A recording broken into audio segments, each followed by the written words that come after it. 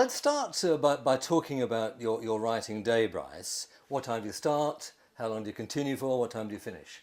Well, I use the word professional in the sense that I think if you're going to write at the level that I write, and I've written 20 books in 21 years, you have to commit yourself to a working day. And my working day starts at 6 a.m. when I do an hour's exercise, and then about 7:15 I start.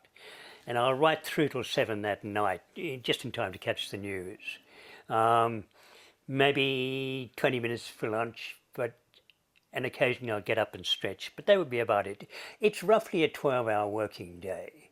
And I regard it as a working day, just like anybody else might go to work. I go to, as my darling wife says, Mr. Tap Tap goes to tap. And are you tapping all the time? Are you at the keyboard all the time, writing? I'm certainly in front of it. I do a fair amount of thinking. If you saw me type, you'd realise that I'm a two-finger typist, so it's a fairly slow process. Okay, when you sit down at the typewriter first thing in the morning, how do you actually formulate the idea in your head that you're going to write about? Timmy and I go for a walk, Timmy being my dog, and you'll probably hear him snoring in the background here, but we go for a walk every day, and whilst he's a very old dog now, and he goes for a sniffathon, not a walk really, and I go for a thinkathon, and I just think of where I'm going the next day, and when I'm walking in the morning with him, and that kind of sets up the day for me. But I have to make a writer's point here, or a point for me as a writer, and that is that character is plot. What the character says and does will decide what the story does. So there's no point in having this huge story unless you've got the right people to people it. And so I devise characters months before I start writing, and I get to know them so well that I can have the most intimate conversations in my head. I mean, really, truly intimate conversations. I know about their sex lives. I know everything about them. By the time I sit down to formulate a character on a page, I know them as well as I know my darling wife. And are you making notes of these characteristics at the same time? No, it's a little like if somebody asked you about a friend that you've had for years and years and years and years, and you've spent a lot of time with, and they said, well, give me a take on the friend. You wouldn't have to refer to notes. It's all there. It's all in that discombobulation of human life that the humans are. I watch people intensely, gestures, the way they walk. I can almost tell if somebody's walking towards me, I can almost tell what sort of operations they've had, whether they've got any eating problems, etc. You just get so used to analysing the information that's coming to you. And so I have some idea of the story that I want to tell. And I only write stories about things I want to find out about. I don't write stories because I think there are people out there are dying for this story. I think, well, I know nothing about alcoholism. So what does it mean to be an alcoholic? So I wrote a book called Matthew Flinder's Cat. I also at the same time wanted to kind of know what it was like to circumnavigate what Matthew Flinders might have done, navigate around Australia. And he had a cat called Trim.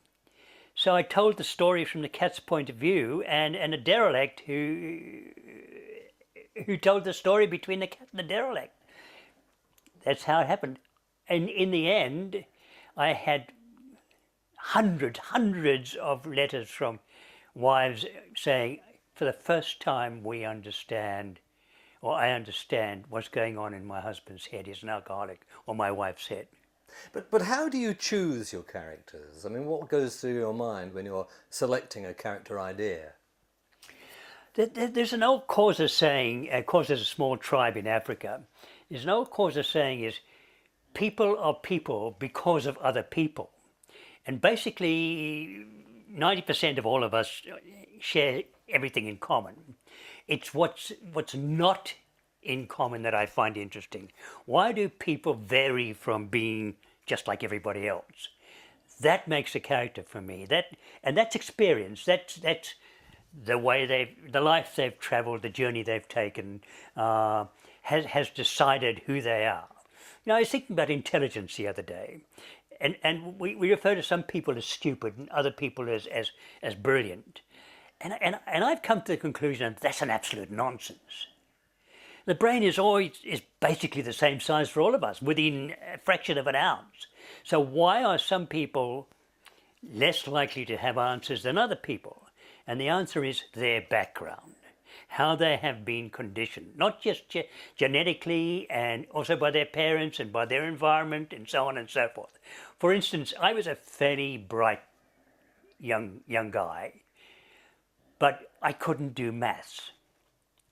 And when I deconstructed that years later, because I had trouble getting my matriculation, I got the top hugely brilliant marks for 8 other subjects, and I failed in maths.